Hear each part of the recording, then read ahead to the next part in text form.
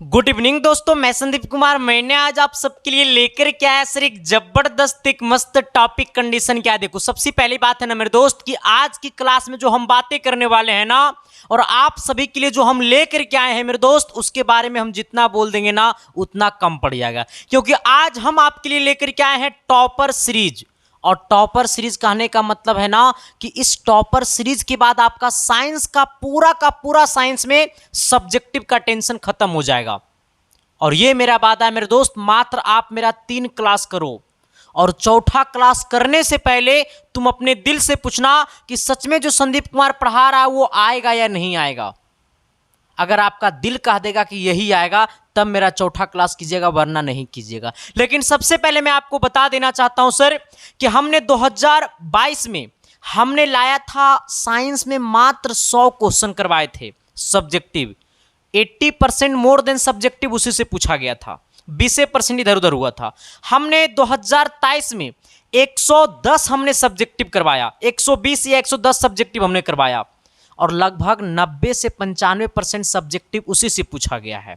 लेकिन अब की बार मामला है थोड़ा सा के पाठक का, तो स्कूल भी थोड़ा सा टाइट चल रहा है, इसलिए मैंने अपना भी सिस्टम को कर दिया टाइट। और अब की बार हम आपके लिए लेकर के आए हैं साइंस में टॉप 150 सब्जेक्टिव, जहां पे सर आपको लघु और प्लस दीर्घ उत्तरीय दोनों टाइप का सवाल होगा, यानी 2 और 5 नंबर वाला दोनों टाइप का सवाल होगा, ठीक है। और ये टोटल आपको 150 सब्जेक्टिव रहेगा। और हम आपको प्रत्येक क्लास में 10 क्वेश्चन करवाएंगे, प्रत्येक क्लास में आपको 10 प्रश्न हम करवाएंगे, और टोटल आपको 15 क्लास में हम कर देंगे टेंशन खत्म। हमने क्या बोला कि प्रत्येक क्लास में हम 10 सब्जेक्टिव करवाएंगे और टोटल 15 क्लास लेंगे, और 15 क्लास में हम आपको पूरा का पूरा टेंशन खत्म कर देंगे। मैं आपको बताता हूं ना मेरे दोस्त कि अब की बार हम सबका मिशन है कि 475 से प्लस करना है, और वो करके रहेंगे मेरे दोस्त। इसके लिए आपका साथ, आपका सहयोग और सपोर्ट चाहिए। मैं अपना 100% दूंगा, और लेकिन आप जो है ना वो अपना 110% अपने पढ़ाई पे दीजिए मेरे दोस्त, 110% अपने पढ़ाई पे दीजिए, 10% भी इधर उधर नहीं उछालना है, ठीक है। बाकी हम क्लास को कर देते हैं आगाज।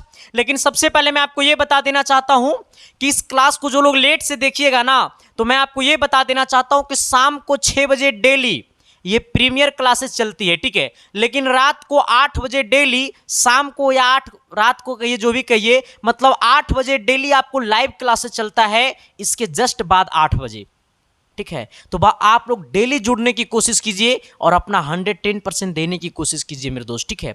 लेकिन आज आना सर, जो लोग इस वीडियो को लेट से देख रहे हैं ना सर, तो मैं इनको बता देना चाहता हूं कि YouTube के प्लेलिस्ट में जाना, या फिर प्लेलिस्ट का लिंक इस वीडियो के डिस्क्रिप्शन में होगा, और वहां पे हमने टॉपर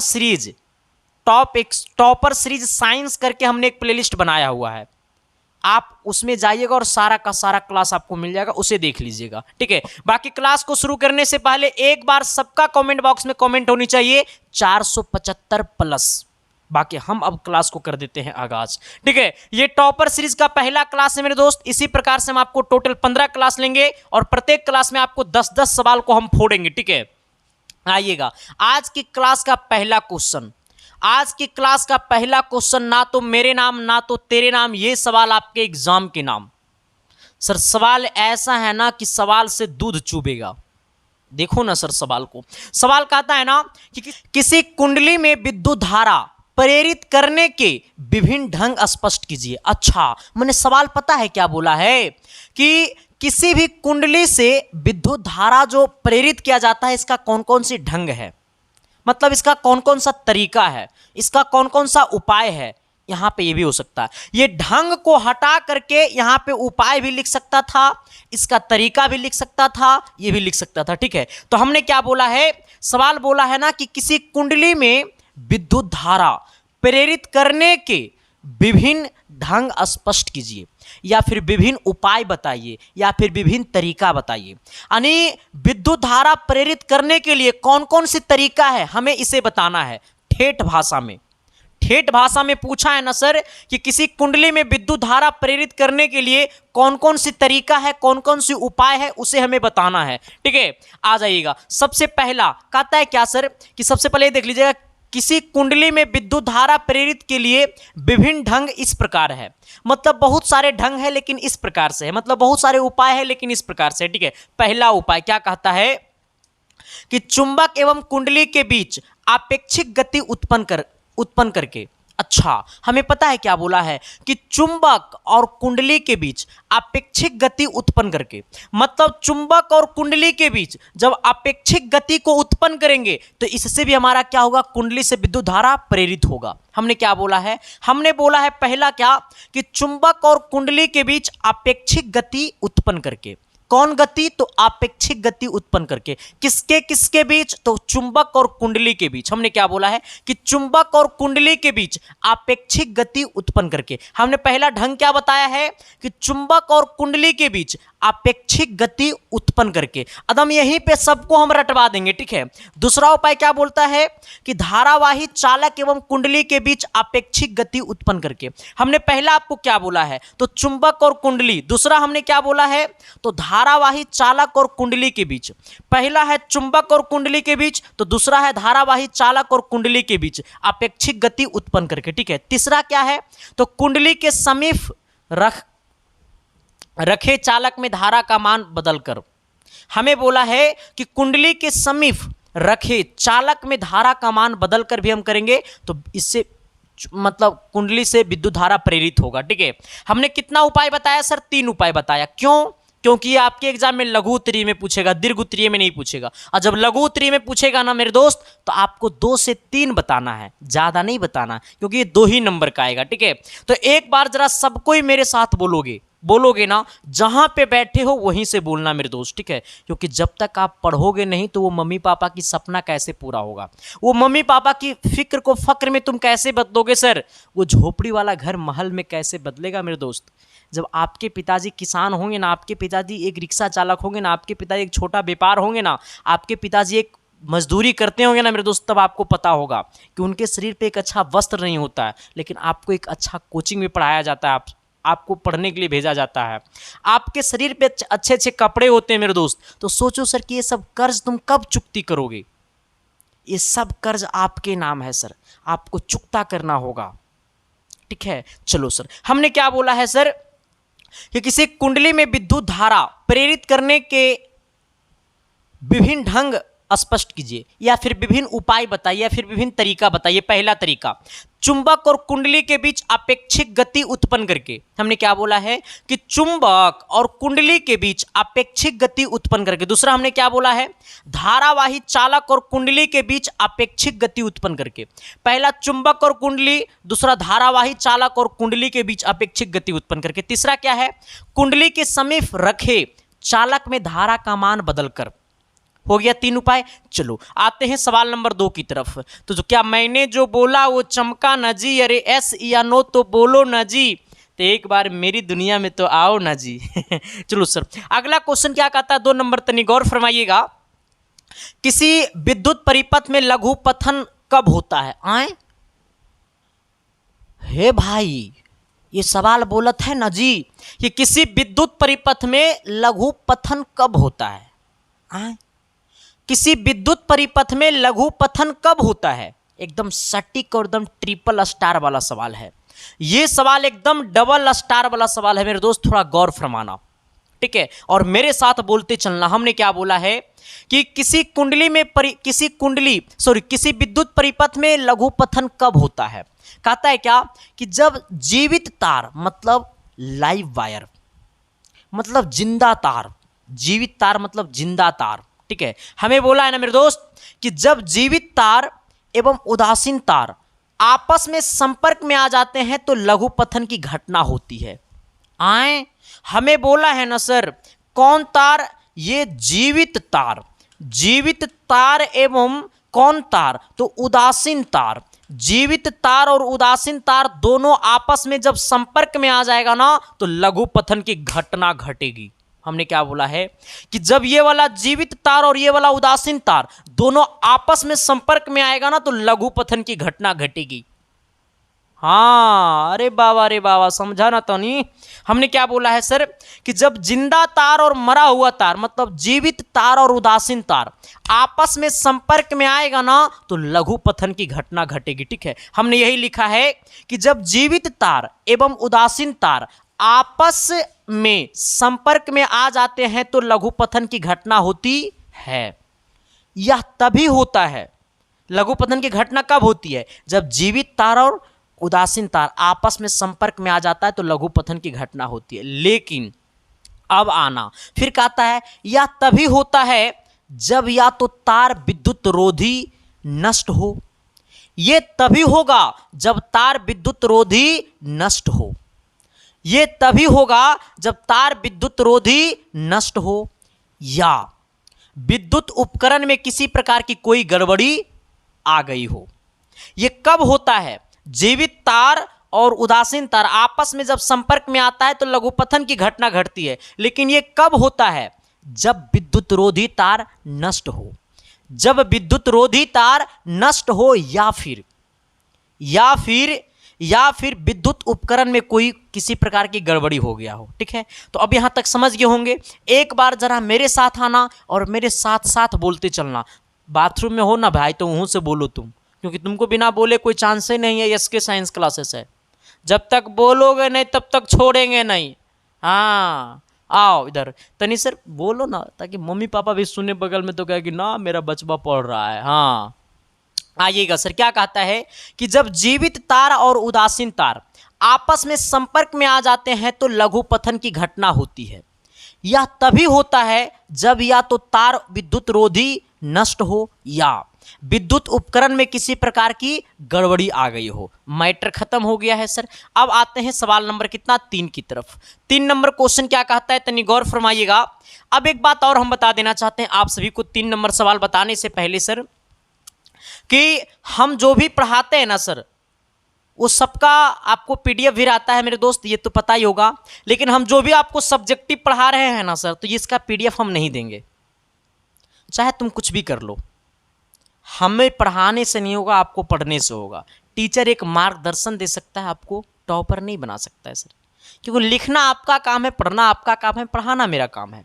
मेरे दोस्त हम यहां से एक बार पढ़ा देते हैं ना, और इस वीडियो को दोबारा देख करके पूरा एगो कॉपी बना लेना और कॉपी में पूरा का पूरा 150 क्वेश्चन सीरियल बाई लिख लेना और एग्जाम दे करके आना और मिला लेना कि कई क्वेश्चन मास्टर का लड़ा है, लिख लेना मेरे दोस्त। ठीक है, दूसरी बात क्या है ना मेरे दोस्त कि हम आपके लिए चैप्टर वाइज ऑब्जेक्टिव और सब्जेक्टिव का हमने पीडीएफ नोट्स बनाया, सिर्फ मैथ का नहीं बनाया, क्योंकि मैथ हम आपको खुद पढ़ाते हैं और मैथ रटने वाली चीजें नहीं है तो सर तो वो अच्छी नहीं लगेगा। ठीक है, इसलिए मैथ को छोड़ करके बाकी ऑल सब्जेक्ट का हमने पीडीएफ नोट्स बनाया है चैप्टर वाइज ऑब्जेक्टिव और सब्जेक्टिव।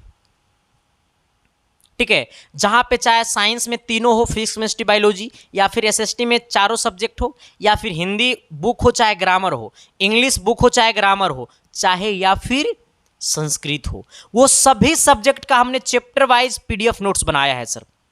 चैप्टर वाइज ऑब्जेक्टिव और सब्जेक्टिव एकदम सीरियल वाइज है सर। ठीक है, हाँ, जिसका डेमो मैं आपको दिखा देता हूं कि पीडीएफ का क्वालिटी कैसा रहेगा। देखो सारा का सारा पीडीएफ इस प्रकार से टाइपिंग किया हुआ रहेगा। ठीक है, हाँ देख लो, देखो आग फड़क जाएगा सर। हाँ, जिसका प्राइस आपको मात्र 199 रुपया है, 299, लेकिन अब इसको मैंने हटाया हुआ है। मात्र इसका प्राइस 199 रुपया है मेरे दोस्त, वो भी बहुत जल्द इसका ऑफर खत्म होने वाला है। तो जिन किन्हीं को ये पीडीएफ चाहिए ना, तो इसके लिए आपको पता है क्या करना है, मात्र 199 रुपया आपको पेमेंट करना है। कहाँ पे पेमेंट करना है? तो आपके सामने एक नंबर दिखाई दे रहा होगा 7295047337, उसी नंबर पे आपको पे फोन चलता है, गूगल पे चलता है, पेटीएम चलता है। साथ ही वो नंबर पे वही व्हाट्सएप नंबर के डीपी में क्यूआर कोड लगा होगा, आप वो क्यूआर कोड पे भी पेमेंट कर सकते हैं। ठीक है, आप खुद से भी पेमेंट कर सकते हो या फिर किसी से आप पेमेंट करवा सकते हो, अपनी भाभी से, भैया से, साली तो नहीं होगी, किसी से भी आप पेमेंट करवा करके उसका स्क्रीनशॉट ले लीजिएगा और उसका स्क्रीनशॉट आपको उसी व्हाट्सएप नंबर पे भेज देना है और मैसेज में लिख देना है कि मुझे 10th का पीडीएफ नोट्स चाहिए। 1 से 1.5 मिनट के अंदर में आपके पास सारा का सारा पीडीएफ नोट्स मिल जाएगा।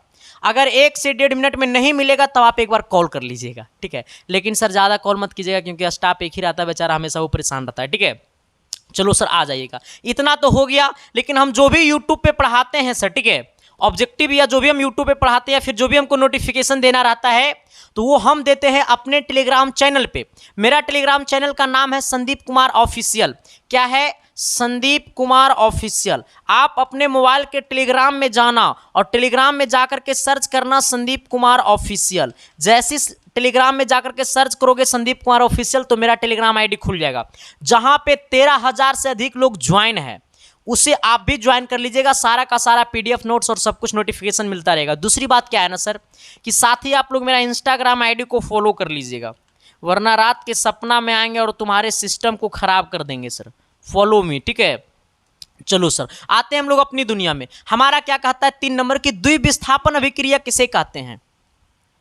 हम ये क्वेश्चन हम एक्चुअली पहले भी पढ़ा चुके हैं, ठीक है, बट हम दोबारा पढ़ा देते हैं। हमें बोला है कि द्विविस्थापन अभिक्रिया किसे कहते हैं, तो कहता है ना मेरे दोस्त कि जब दो यौगिक अपने आयनों या मूलकों की अदला बदली करके दो नए यौगिकों का निर्माण करता है तब उसे द्विविस्थापन अभिक्रिया कहते हैं।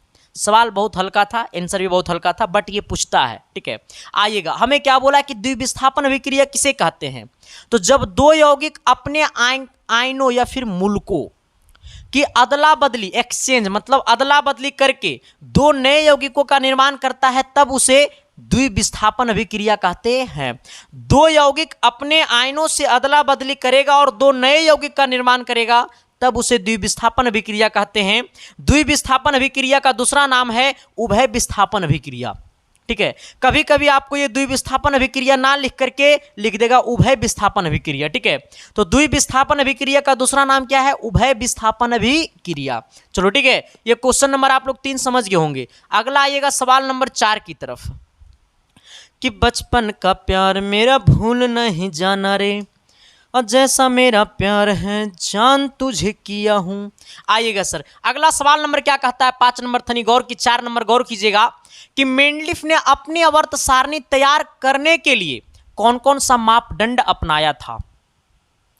मेंडलीफ अपनी आवर्त सारणी को तैयार करने के लिए कौन कौन सी मापदंड अपनाया था वो हमें बताना है।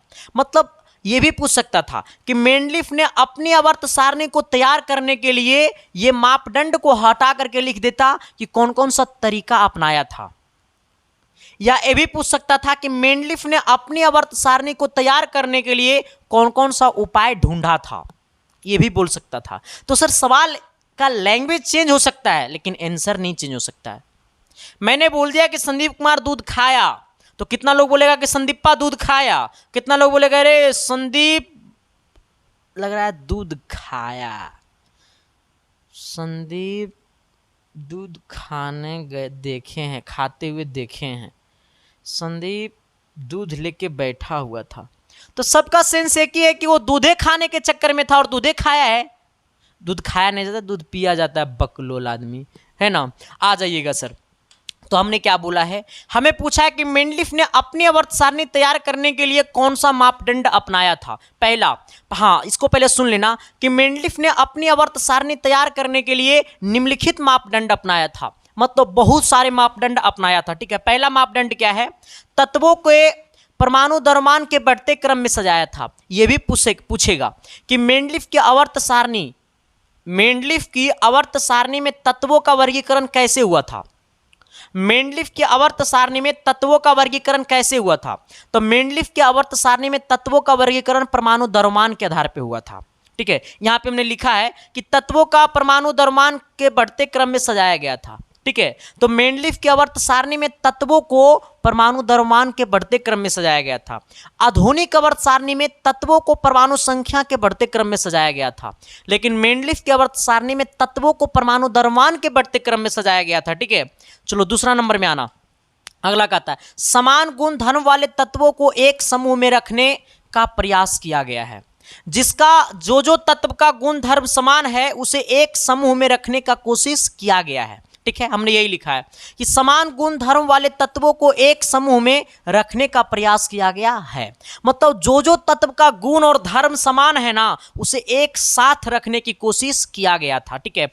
तीसरा नंबर में आना, फिर कहता है कि तत्वों के हाइड्रो एवं ऑक्साइडों के अनुसूत्रों को मूल भूत गुण धर्म मानकर तत्वों का वर्गीकरण किया गया है। पता है क्या बोला है कि तत्वों के हाइड्रो एवं ऑक्साइडों के अणुसूत्र को मूलभूत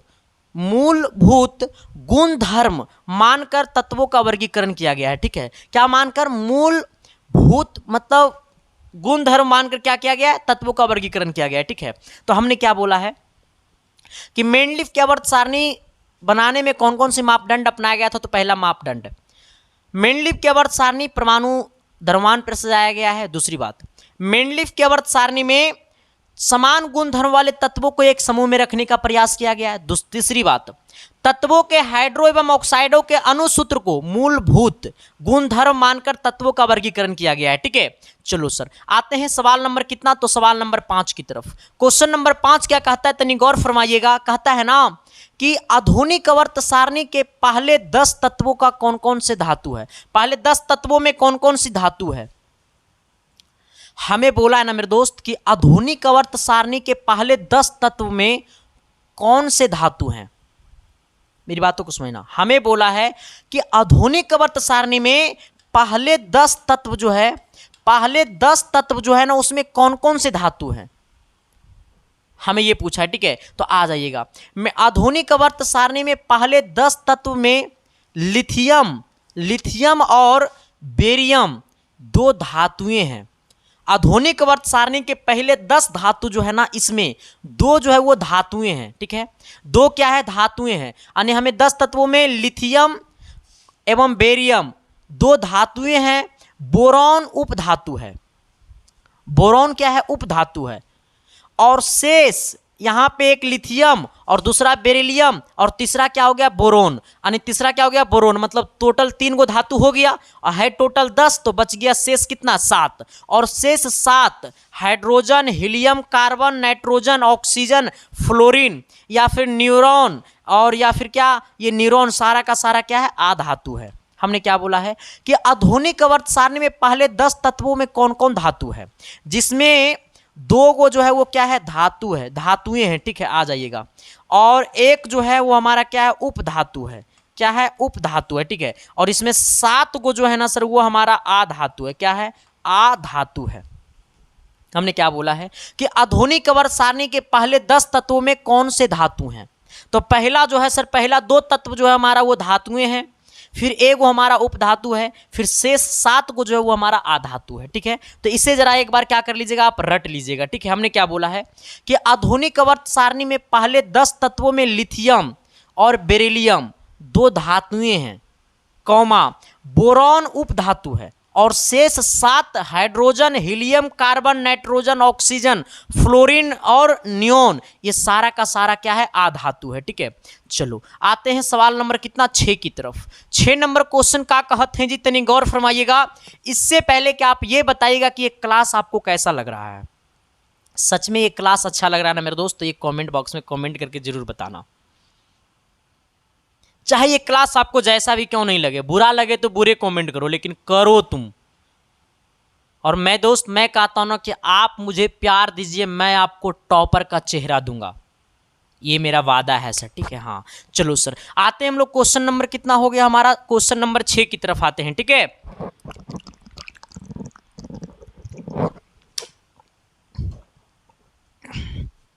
सवाल नंबर 6 क्या कहता है कि ताजे दूध के पीएच मान 6 होता है।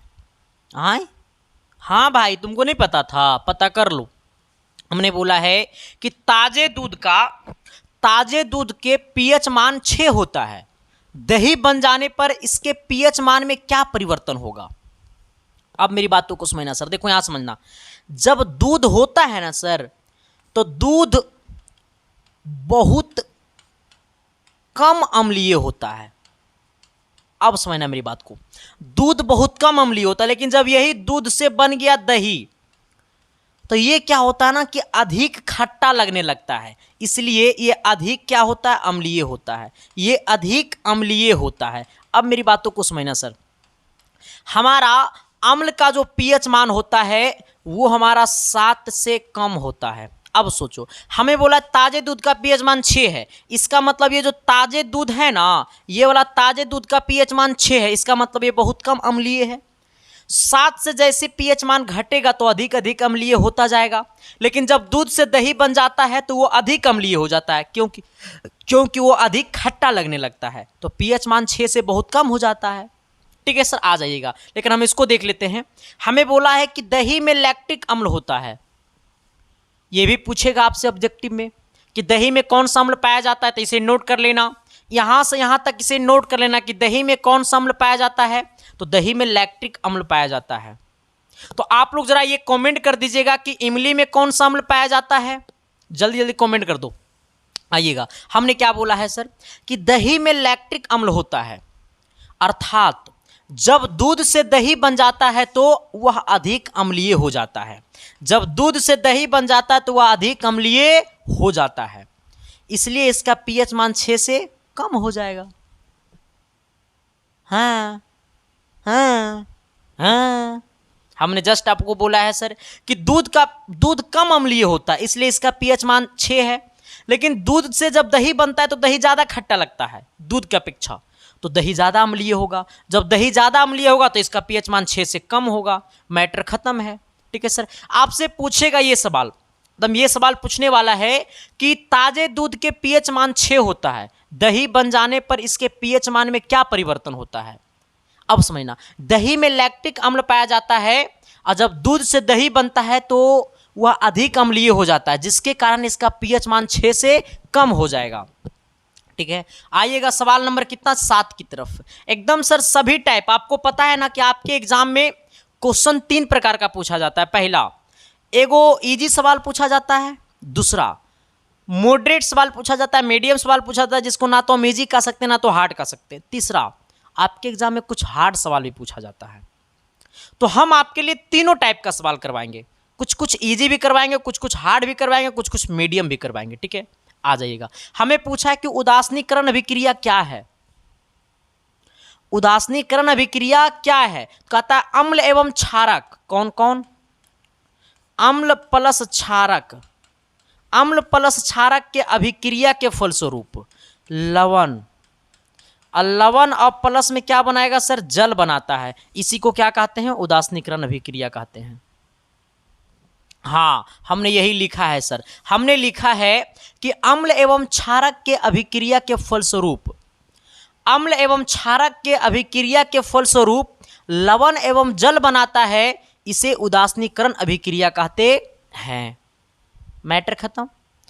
अम्ल एवं क्षारक के अभिक्रिया के फलस्वरूप, अम्ल और क्षारक जब अभिक्रिया करेगा तो लवण प्लस जल बनाएगा, इसी को क्या कहेंगे, उदासीनीकरण अभिक्रिया कहेंगे। ठीक है, चलो सर आते हैं सवाल नंबर कितना 8 की तरफ। 8 नंबर क्वेश्चन क्या कहता है, तनी गौर फरमाइएगा। शुष्क हाइड्रोक्लोरिक गैस लिटमस पत्र का रंग क्यों नहीं बदलता है।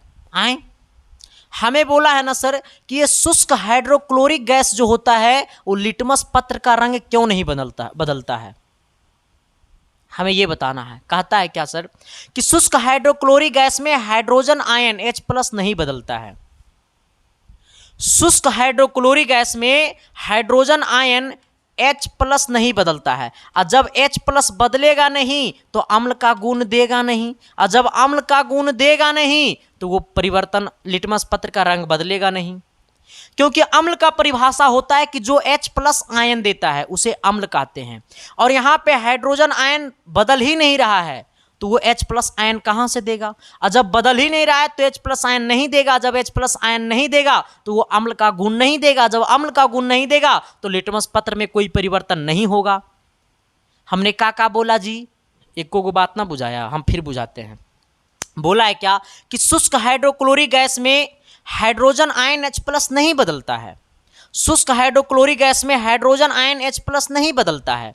जब हाइड्रोजन आयन H+ नहीं बदलता है, इसका मतलब क्या है कि जब अम्ल का परिभाषा होता है कि H+ आयन देता ही अम्ल कहलाता है, वैसा जो H+ आयन दे उसे अम्ल कहते हैं, और जब वो H+ आयन में परिवर्तन हो ही नहीं रहा है तो वो अम्ल का गुण देगा ही नहीं, और जब अम्ल का गुण देगा ही नहीं तो लिटमस पत्र में कोई परिवर्तन होगा ही नहीं।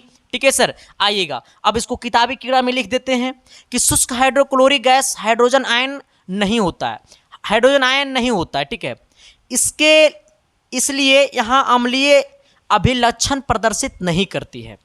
जब हाइड्रोजन आयन H+ होता ही नहीं है, देता ही नहीं है, तो अम्लीय का गुण देगा ही नहीं, और जब अम्लीय का भी लक्षण देता ही नहीं है तो जिसके कारण लिटमस पत्र में कोई परिवर्तन नहीं होता है। फिर से एक बार मेरी बातों को सुनो। शुष्क hydrochloric gas hydrogen ion H+ में कोई परिवर्तन नहीं करता है, नहीं देता है। जब शुष्क हाइड्रोक्लोरिक गैस हाइड्रोजन आयन नहीं देता है तो जिसके कारण उसमें अम्ल का गुण नहीं आता है, और जब अम्ल का गुण आता ही नहीं है तो वो लिटमस पत्र में कोई परिवर्तन नहीं करेगा। ठीक है सर, चलो आते हैं सवाल नंबर कितना 9 की तरफ। 9 नंबर सवाल का कहते हैं जी, तनी गौर फरमाइएगा। कहता है ना सर क्या कि दर्पण क्या है, यह कितने प्रकार का होता है। देखो सर, दर्पण किसे कहते हैं, मेरी बातों को समझना। एक खोखले गोले को ही दर्पण कहते हैं, जिसका अगर परावर्तक सतह, बाहर वाला परावर्तक सतह रंगेंगे तो ये कहलाएगा अवतल दर्पण। कौन दर्पण कहलाएगा, अवतल दर्पण कहलाएगा। ठीक है, और जिसका अंदर वाला परावर्तक सतह रंगा हुआ होता है उससे हम लोग क्या कहते हैं, उत्तल दर्पण। यानी ऐसे भी बोल सकते हैं, जिसकी परावर्तक सतह धसी हो, ये वाला परावर्तक सतह धसी हो तो उसे कहते हैं अवतल दर्पण, और जिसकी परावर्तक सतह ये वाला उठी हो उसे कहते हैं उत्तल दर्पण। ठीक है, लेकिन कहता है क्या कि दर्पण कितने प्रकार का है, तो यहां से डैश में देकर के लिख लेना, दर्पण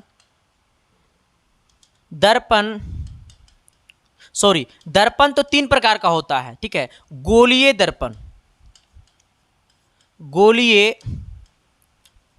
गोलीय दर्पण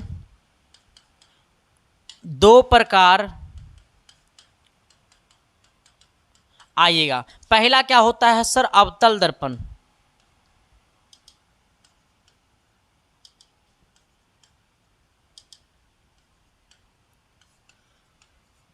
दूसरा क्या होता है मेरे भाई, तो दूसरा होता है उत्तल दर्पण।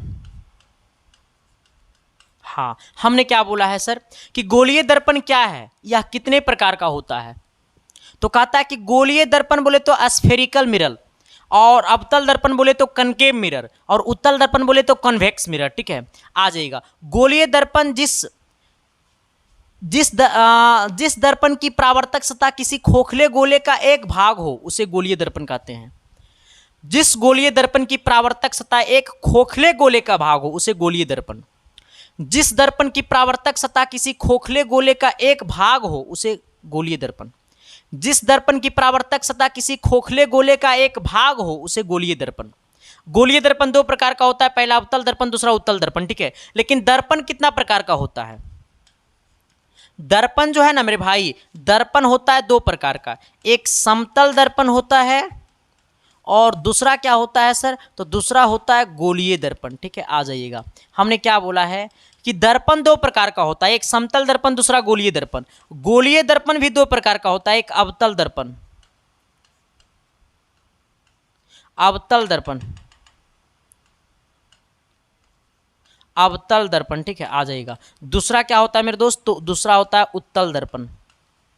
ठीक है, मैटर खत्म है। दर्पण 2 प्रकार का, पहला समतल दर्पण, दूसरा गोलीय दर्पण। गोलीय दर्पण 2 प्रकार का, उत्तल दर्पण, अवतल दर्पण। ठीक है, चलो सर आते हैं सवाल नंबर 10 की तरफ। आज की क्लास का अंतिम सवाल, तनी गौर फरमाइएगा। कहता है क्या कि वास्तविक प्रतिबिंब क्या है,